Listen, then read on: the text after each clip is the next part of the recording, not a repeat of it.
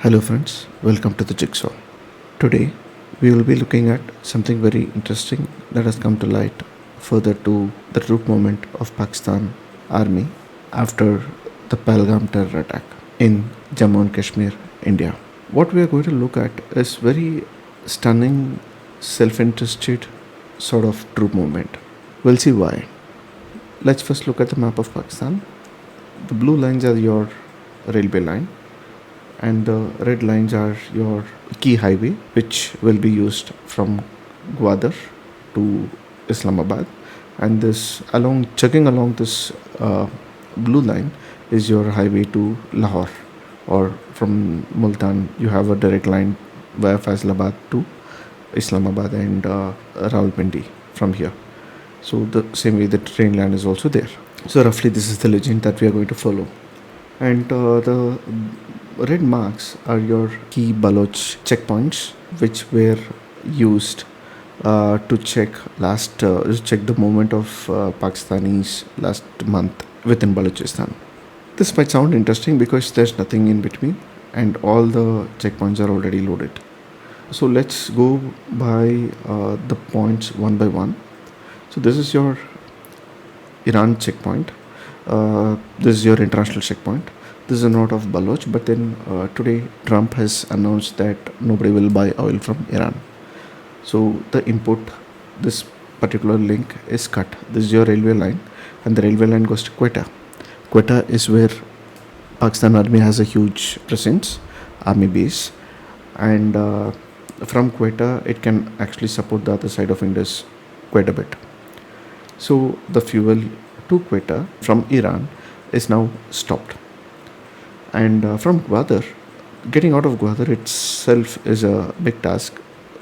I mean, you can't escape the Baloch freedom fighters and the checkpoints, and Turbat to Panjgur, and then to Kalat, and then to Quetta, and just outside Kalat, as I am recording this video, there is a place called Mangochar, and there the city has been targeted, and the current reports as of recording the video is that Kalat city has fallen.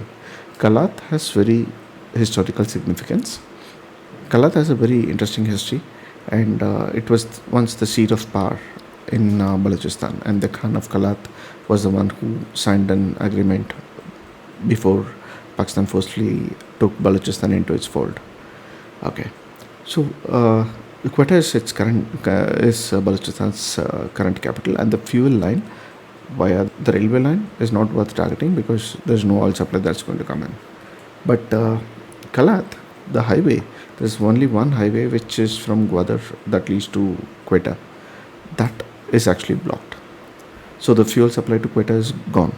If there can be any fuel supply via railway line from Karachi, that again is very vulnerable because we know what happened with Zafar Express. The vulnerability is now exposed.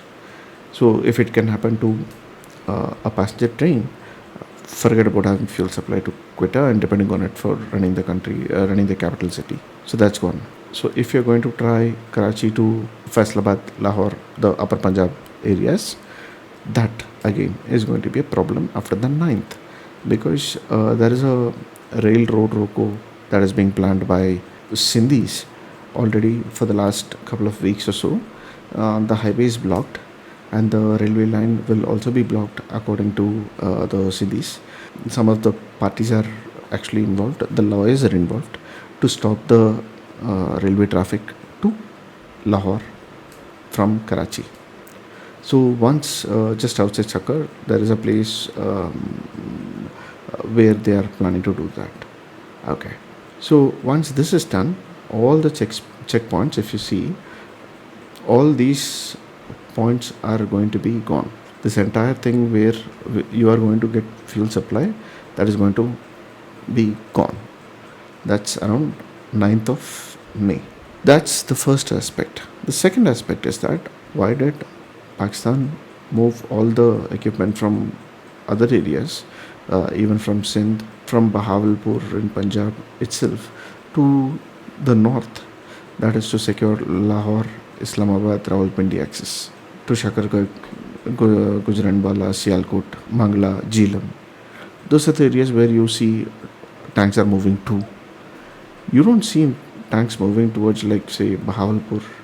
You don't see in Raimyar Khan or Multan. You don't see that. Why? Because this is again based on whatever is available, open source. A lot of impetus is given to Punjab region to protect this particular area of Punjab. Okay. So why it is important? Because that's where the country's elite resides, and this is the most fertile place that they want to save as well. Because all the water, if you know what is happening with the canals, once the Indus and Chenab dries up, this is the area that they can still survive. Below Multan, I mean, even Multan, I'm not sure if it will survive, but then below Multan, nothing is going to survive, even within Punjab. So the Sui gas gone, that's under the Dera Bukti, that area to Quetta, and then the road from here to Kashmora, that is gone. Then you have to travel from there to Raimyar Khan.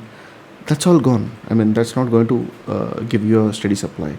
Only this area is now being protected by Pakistan army, nothing else.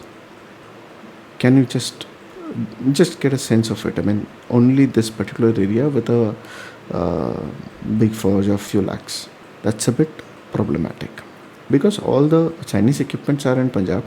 All the American fighters, most of them are in, say, Skardu, Gilgit Baltistan part of occupied Jammu Kashmir, Ladakh.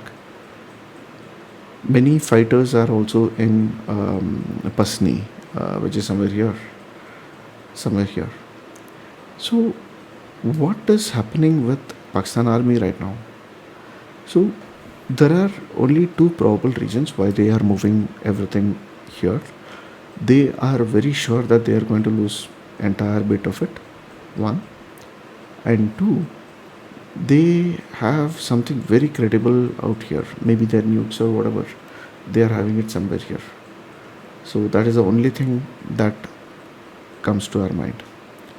So this is what it is as on date. If there is no way that Pakistan is going to be able to save Balochistan or Sindh, good luck to rest of Punjab.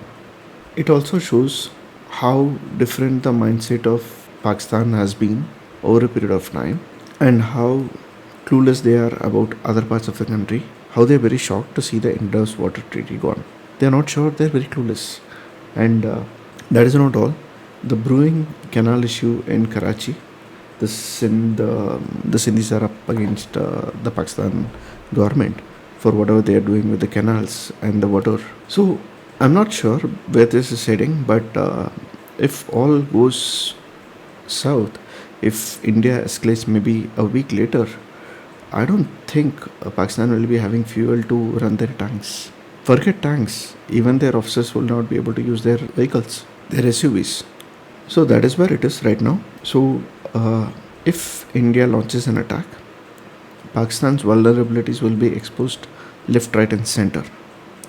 So this is point number 2. Point number 3 is, while all this is with respect to the Indian border, there is something very critical that is brewing in Khyber Pakhtunkhwa province. Pakistan seems to have forcibly kicked out a lot of Pashtuns, and it has not gone down well with the Afghans.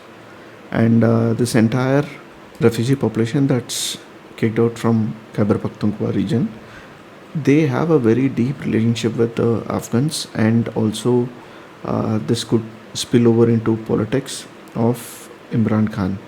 Why? Just wait and watch. Imran Khan being in jail is no more a possibility. He has to be released, or he should be just like how Pakistan army does every time. For now, what we can understand is that the way things are, with Afghans insulted through their refugees, Afghans are up in arms. Sindh and Balochistan are not going to support or allow the supply to reach Lahore or Islamabad. India is going to escalate, Just look at the map, and if at all Sindhis even permit fuel supply to be sent to Punjab, what if there is a naval blockade out here? So look at the map and look how Pakistan is going to get decimated. If you have any comments and suggestions, please do post them. Thank you for watching. That's it for now. Thanks. Bye.